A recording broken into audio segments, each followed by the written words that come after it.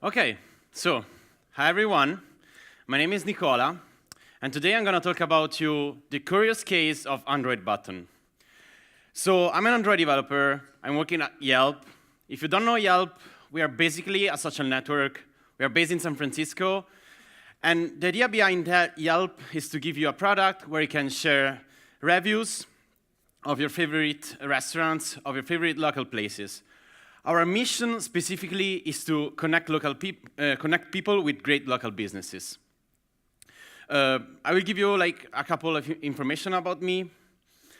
So, yeah, this is me. I'm an Android core developer. That means that basically my role during the day is to create tools for other Android developers to hopefully make their life better. That's my Twitter handle. I love to call myself a community lover because I love to do talks around, and I'm managing a couple of community. Those are my loves, so I'm happy to chat with you afterwards. Also, I have some Yelp swags over there, so if you're a good guy and you keep following me for the entire talk, you might stop by, and there are like keychains, bottle openers, they're there for you. So, I think I already did enough introduction. Let's start. So today we're gonna talk about buttons, okay? So a lot of friends and colleagues of mine told me, but why the hell are you going to give a talks about buttons? I mean, it's a widget, yeah, it's there, you just drag and drop it, you use it, you add a click listener, and everything works. Sure. So to make these things happen, there are actually a lot of things that are happening under the hood that you might want to know. And also, we did a lot of work around buttons at Yelp in the past, and it ended up that we learned some lessons, and I want to share these lessons with you. And those lessons learned applies to a lot of other widgets. So if you're if you're creating a design system, that might be useful for you. So just to give you some context, at Yelp, we have several Android applications, but we are mostly focusing the discussion today on two of them. The consumer app, that is the app that you use to search a restaurant, and the business owner app. That is the app that we give to our business owner to change details, like change the address and see statistics, whatever. So whenever we develop those apps, we always keep in mind this principle, there is consistency first. We want to make sure that the Yelp experience that we deliver to our customer is consistent. Obviously, it's hard, and we will see how, and this will be like the principle that will drive all of our discussions and why we did this work. So, but before delving into details about buttons, I want to start easily with a little bit of history of buttons. So, the first instance of a button that you can find on Wikipedia is actually this one. So this is a Xerox 8010. If you go on the GUI page on Wikipedia, this is the first screenshot of a GUI that you can actually find. It's dated 1981. Unfortunately, I was not yet born by that date, and I couldn't experience this. So sad, but if we zoom here, there is actually already a button. So the concept of button is something that is established in our society since a while ago, like 30 years. So, I mean, it's nothing more than a rectangle with some text inside. Sure, this is where we started from, but then we did several iterations. Our UI and the way how we design graphical user interfaces changed a lot, and there are some milestones that I want to touch briefly. The first one is the Skeuomorphic UI, and you might recall this screenshot. This is just a calculator specifically from iOS 6, and what's the idea here? So this calculator was designed with the principle to make sure that it was easy to be used by users, because basically it was designed in a similar way to a physical calculator that you might have on your desk. So I create an app that is similar to an object that is inside your daily life. So you already know how to interact with that. So those buttons look like 3D. They have some crazy shadow and colors. And also, like another example of a skeuomorphic UI is this. This is a slider for iTunes. And I mean, now it's different, but by that day, you might see that the icon that is in the center is just exactly as the volume controller of your hi-fi system, because that's basically the same function. I'm allowing you to control the volume. So this should be easier for you to interact with. OK, this was Skeuomorphic UI. Luckily, we passed over this phase. And another important milestone is definitely the flat UI.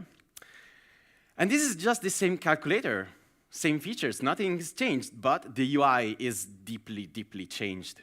So this sort of UI was introduced by Windows Phone in 2010. And specifically, this calculator is from iOS 7, 2013. And what's the idea behind this UI? The idea is I want to streamline my UI and make it lighter, basically for two reasons. First, because the Skeuomorphic UI forced me to have a lot of PNGs that I have to transfer around the network, and is a lot of payload that I don't really want to send around. And also, responsive UI. We are getting more and more new devices with different form factor, and we want our calculator to look really nice, either on a smartphone, a tablet, on a car, whatever. So we need to make something that is can be resized easily. And the last iteration, it's more or less where we are now. It's called almost flat, or flat 2.0. And it's something like this. This was more or less introduced in 2014, and I'd love to mention the Google material design. And what's the idea? The idea is still to have a flat UI, but to introduce shadows and subtle gradients to guide the user across your UI. So I will have a shadow that is not everything but flat to inform the user that that button should be clicked. So how to actually create your buttons? We will go through the life cycle of a button, and we will see how those steps in the history of buttons plays a fundamental role in this process. So to create a button, you basically need 4 phases, and we'll go through them. The first one is the shape. You decide what's the shape of your button. Then we have the typography. You decide what's actually inside your button. Then we will have the hierarchy. So we will decide what's the importance of your button within your screen. And finally, the feedback. So we will decide how the button will react to the user inputs.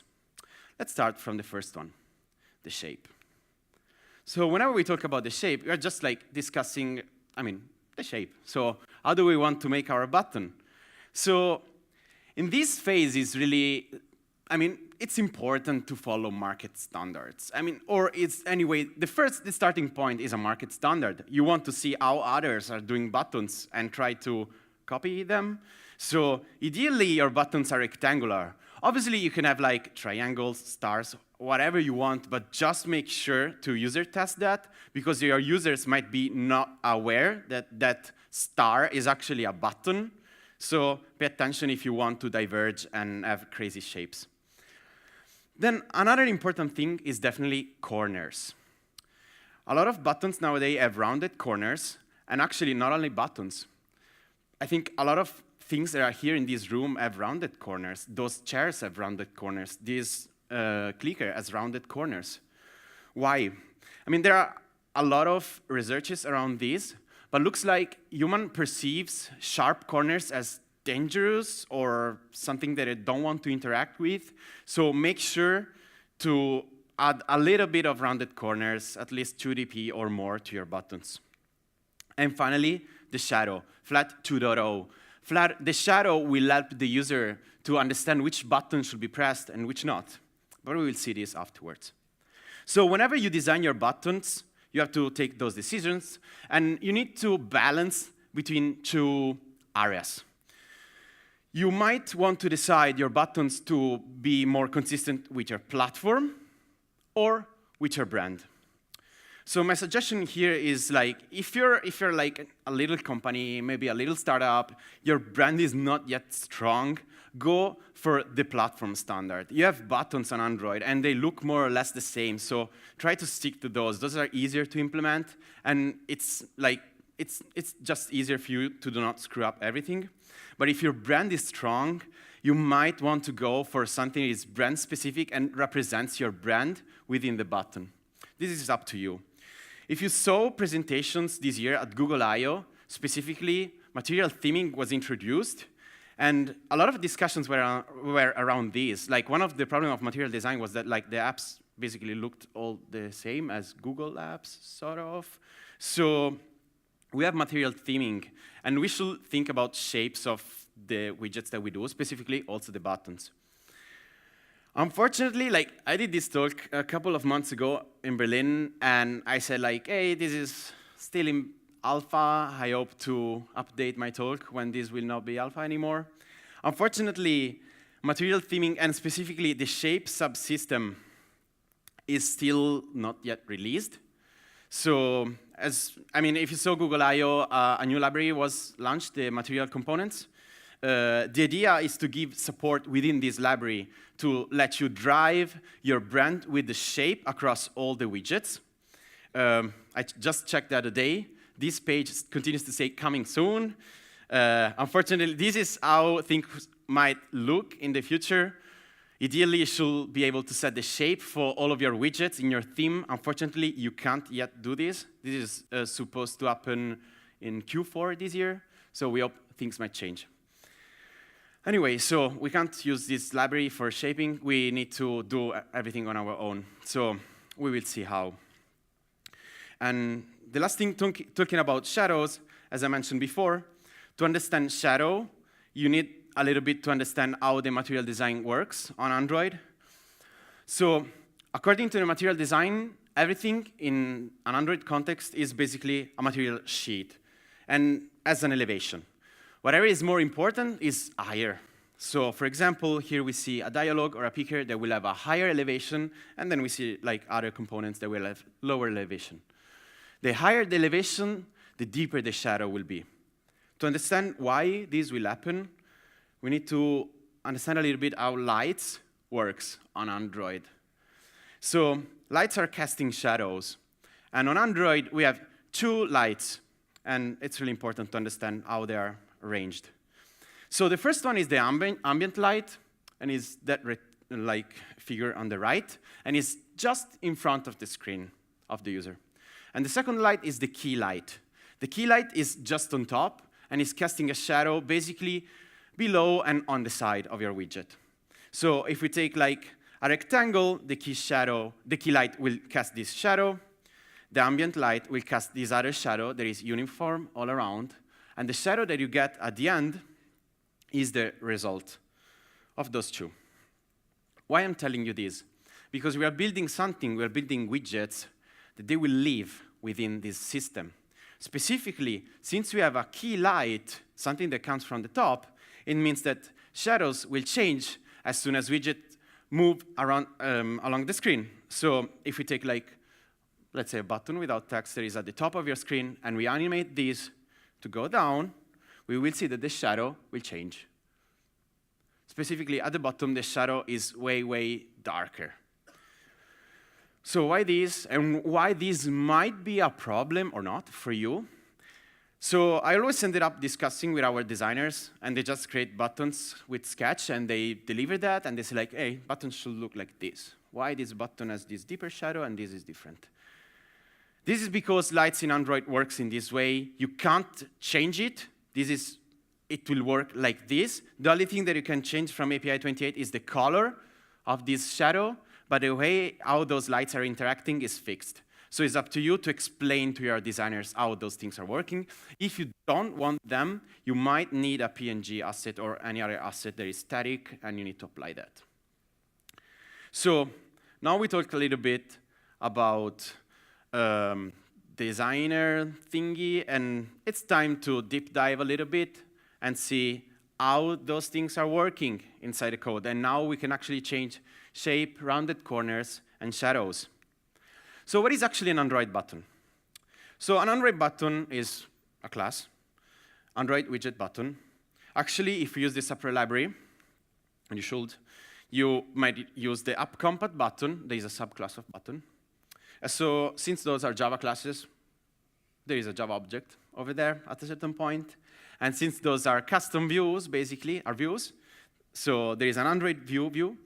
The problem is that, the thing that you need to know is that here in the middle, there is a text view, okay? I know a lot of people are not aware of these.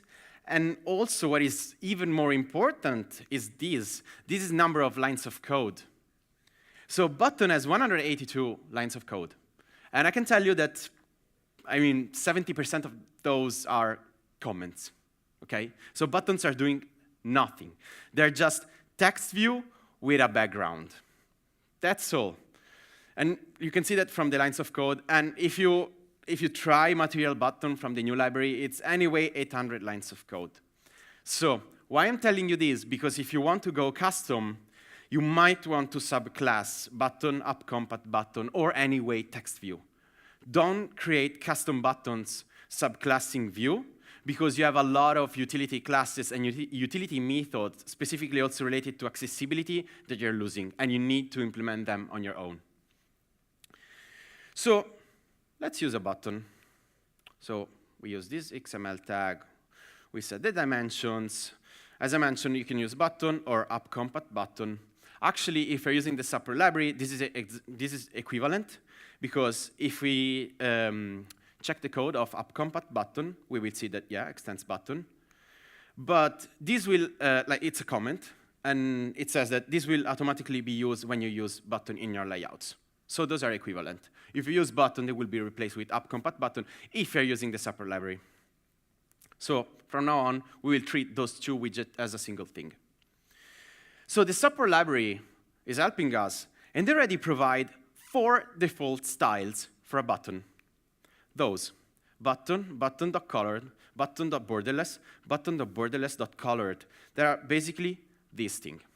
Again, the new material component library offers slightly different things. I think 2 or 3, like the bordered one, but we will focus our discussion on this, and it's equivalent. So since we basically want to focus on the shape of our button, let's start with the first.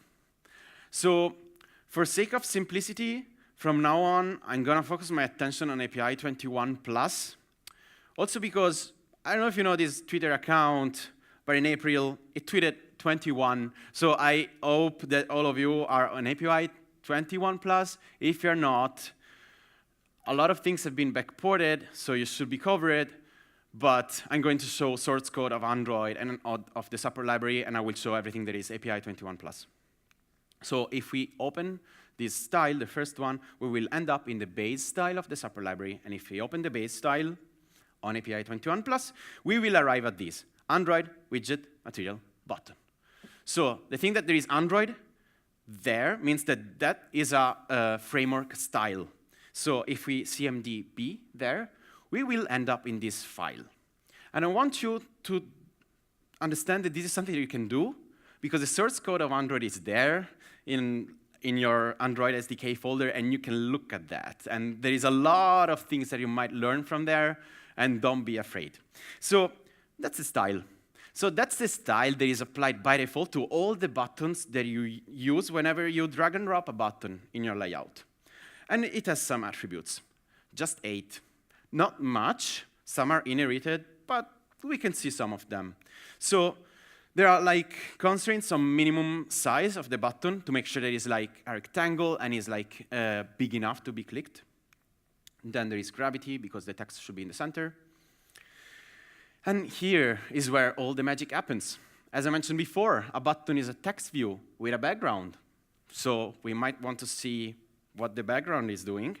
So again, cmd_b, and we go inside this file, btn default material. And this is nothing more than a REPL. Specifically, yeah, that's what we want to achieve, what we expect from this. So this REPL has a color, and the color is a theme attribute. It's called color control highlight. So this theme attribute is really important because this is the color that is controlling all the highlights of all of your buttons. Okay, so this will I think it's gray sort of on the white theme, and basically controls the fact that when you click on the button, a darker gray ripple will be applied on top. And this ripple is applied to a drawable. So let's explode this drawable and let's see what's inside. So the first thing that's inside the drawable is an inset. It's an inset of 4 dp on the side and 6 dp top and bottom. So this inset is responsible of this, okay?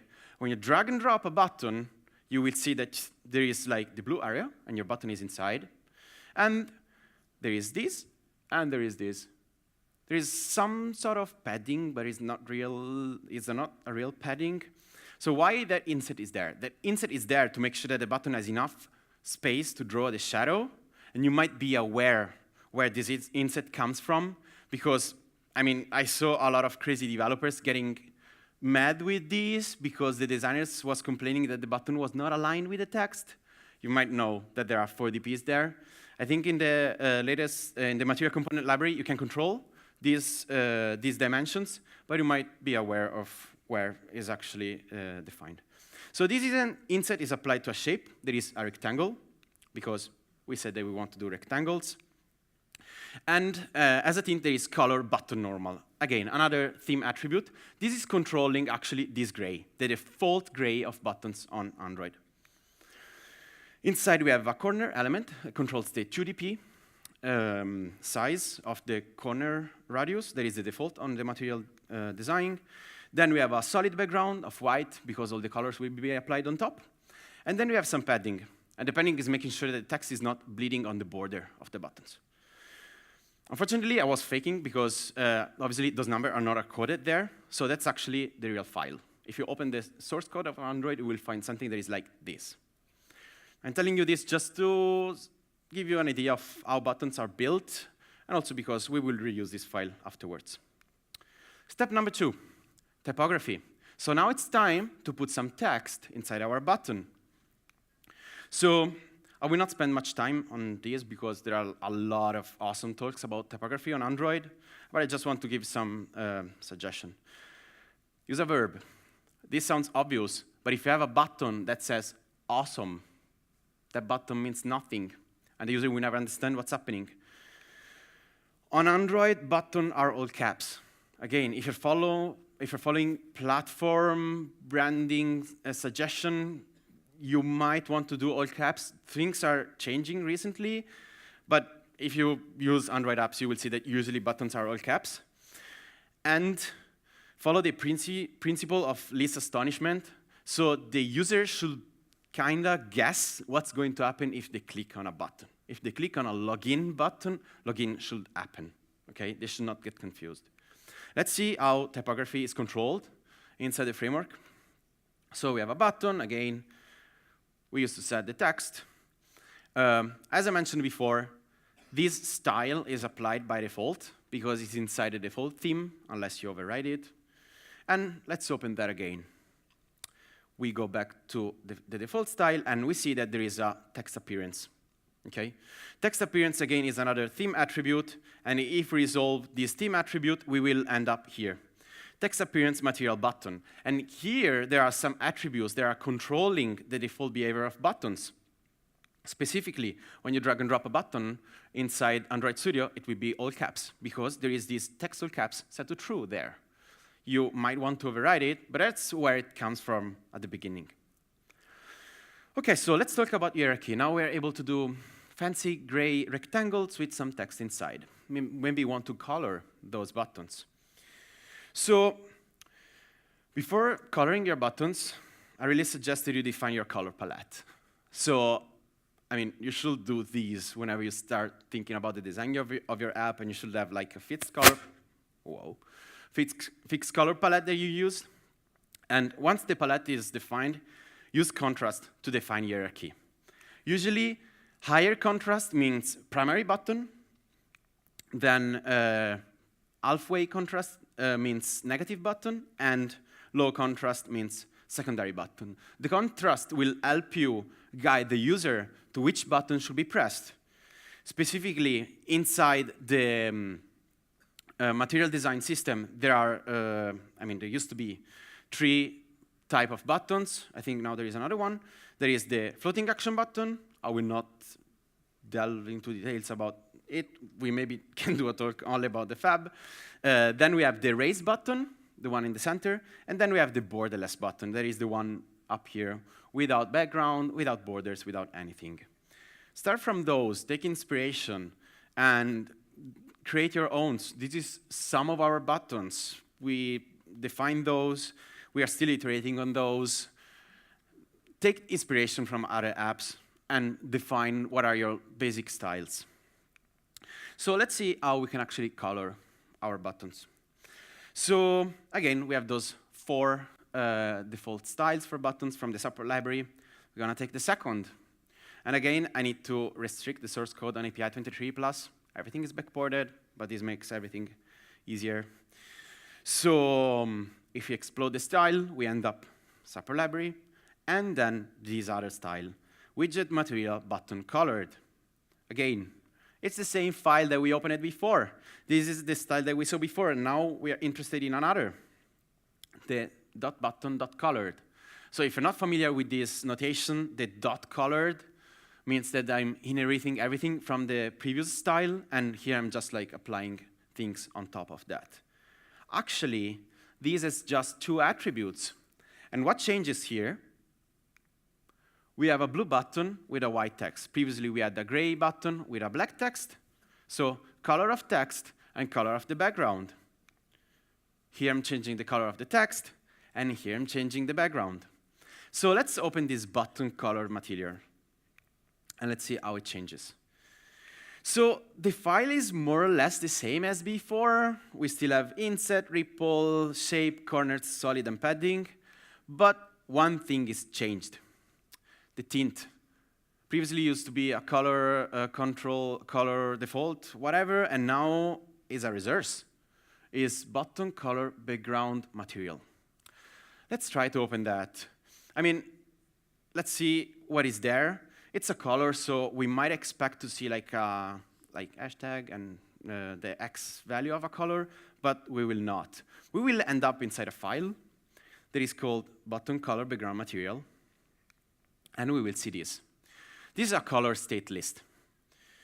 A color state list is something that allows us to provide more than one color, and those colors will be picked automatically by the framework based on the state of the widget. Specifically, there are 2 items. Those items are resolved top to bottom. So the system will basically try to check in which state you are, and will pick the first that is valid based on the state that you provide. So specifically here, there is a state-enabled false, and there is an item that says nothing. The state-enabled false allows us to achieve the button that is on top. There is the disabled state of the button. Let's see what's inside. So we have a color. There is the color button normal, the same gray that we used to use before, and it applies a alpha on top.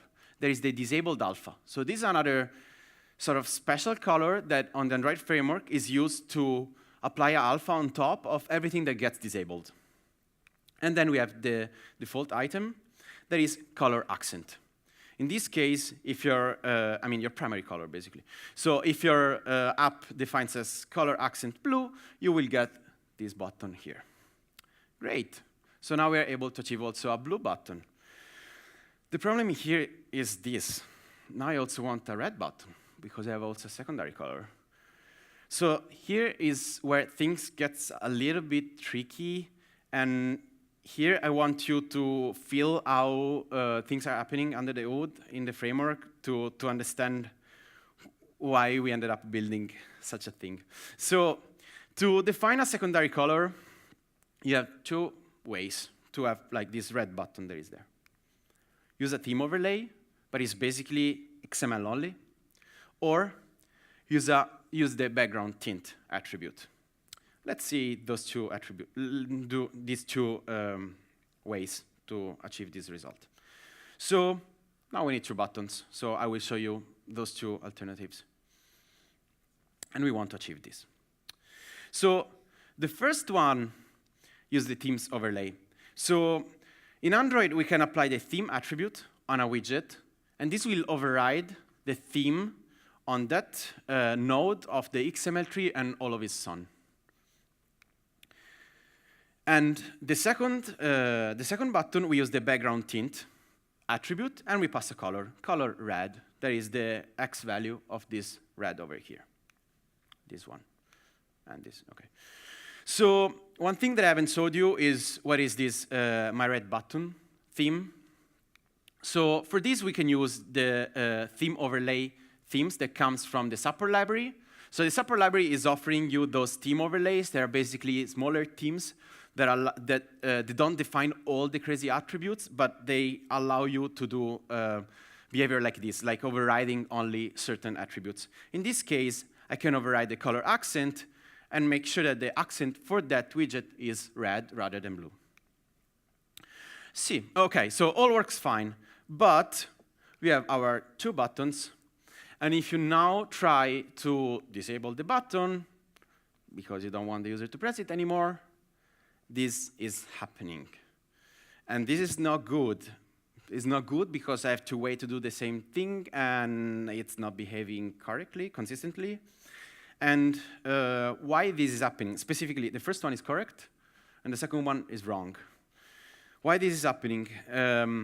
This is happening because the background tint over here is a fixed color. I can't just say the background tint is red, because then will be applied for all the states of my button. I'm not saying how the background should change based on the state. So to achieve these, I need something that we saw before. Color state list. This is the color state list that we saw before, and the default item was blue. We need something where the default item is red. So I hope you understand here that basically to change the color of a button, you need at least one theme overlay and another file. And that's something that, I mean, should be easy. Like, I mean, I would love to call, I don't know, set color on a button. I would love to let it change. Unfortunately, is not that easy, and it's a bit complicated. So yeah, you need a color state list for the background tint. And what I suggest to do in this case, and that's also what we did, basically, have a util class where basically you build those color state lists starting from a color, and you apply that. The alternative is to have a lot of XML files. It's up to you, the way that like you feel more comfortable, but you need to know that what's the structure under the hood if you want to apply your customization on top. So last thing is the feedback. So how the button reacts whenever the user clicks on that. So one thing that is really important is that buttons are alive. You can't skip the feedback. Unfortunately, I saw a lot of apps where you click on button and like you go to the next screen, but the button is just like there, fixed, and nothing is happening. That's bad, because the user might feel that the click never got recorded by the app and might click again, so feedback is important. Also, buttons have states, like enabled, disabled, focused. You should take care of those. You can't have just red buttons, and when you disable them, they just stay red. That's bad. Also, even worse, don't change color of buttons instead of changing the state. I saw on GitHub people like changing the color of a button to gray to disable that. That's really bad because the button is still enabled. And also use repls.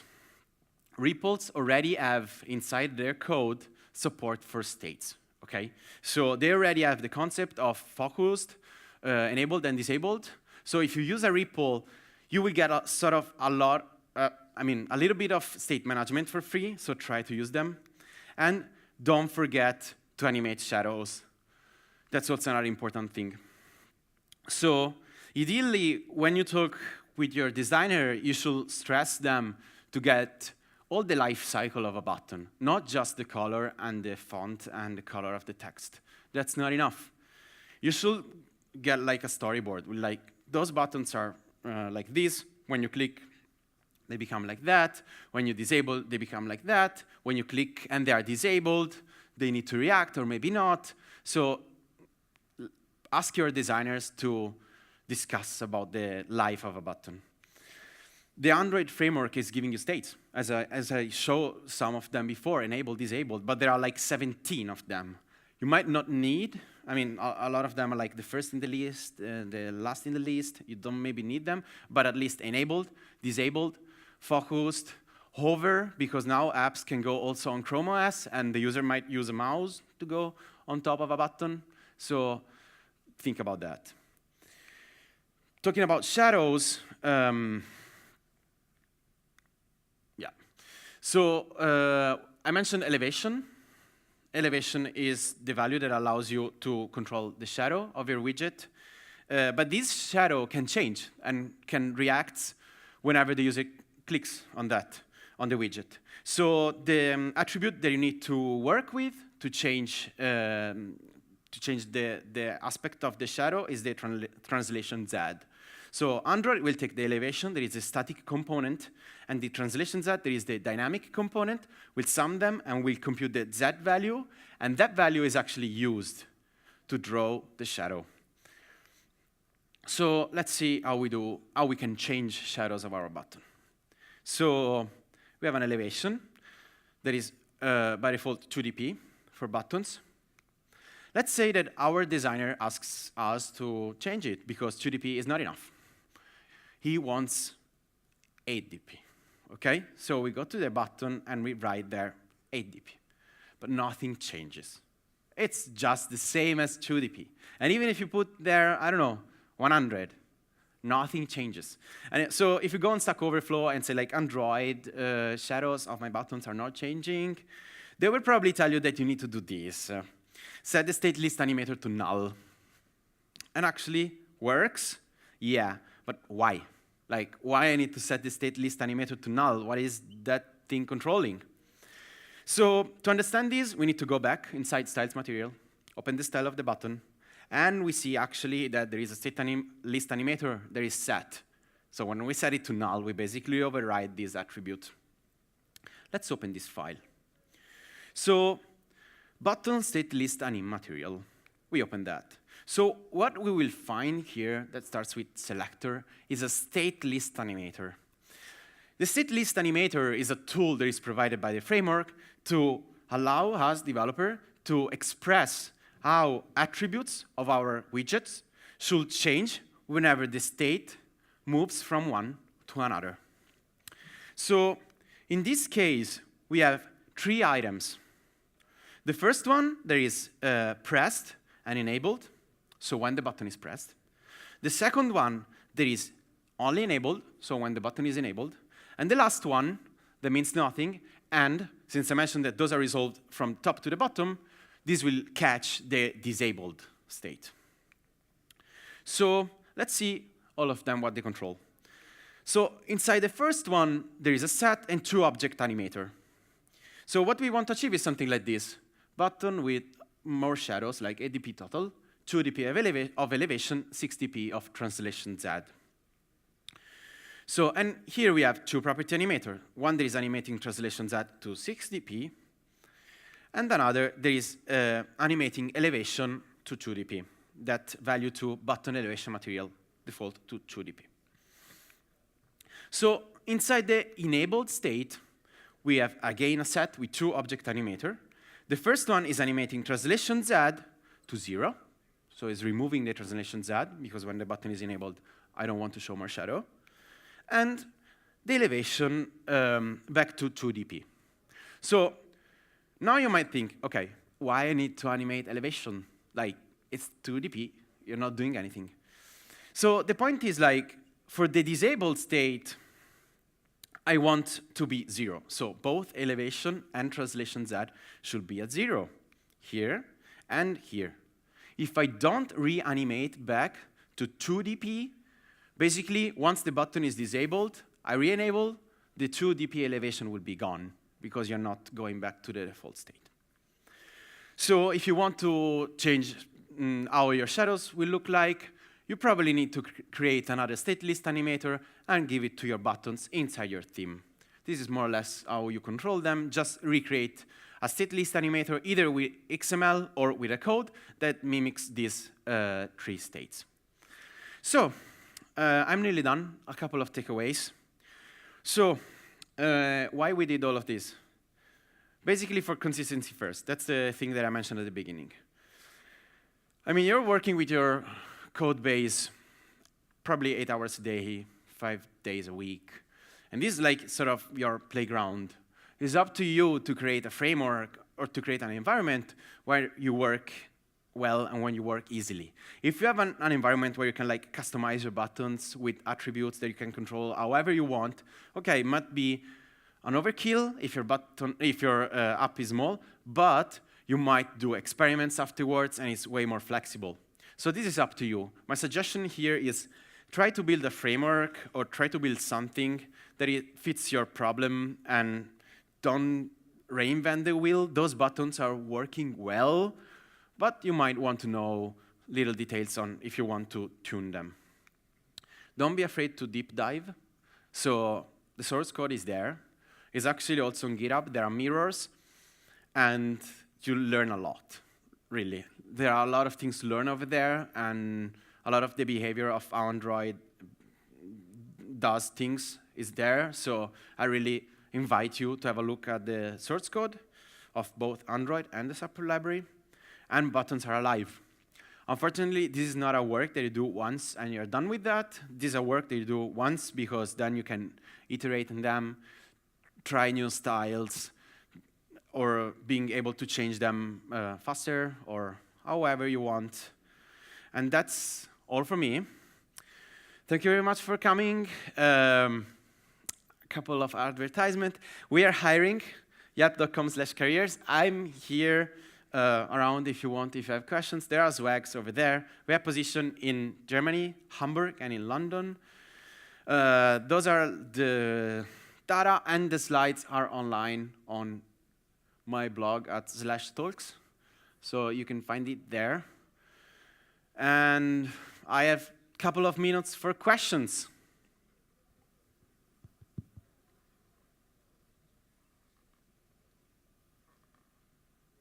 No questions?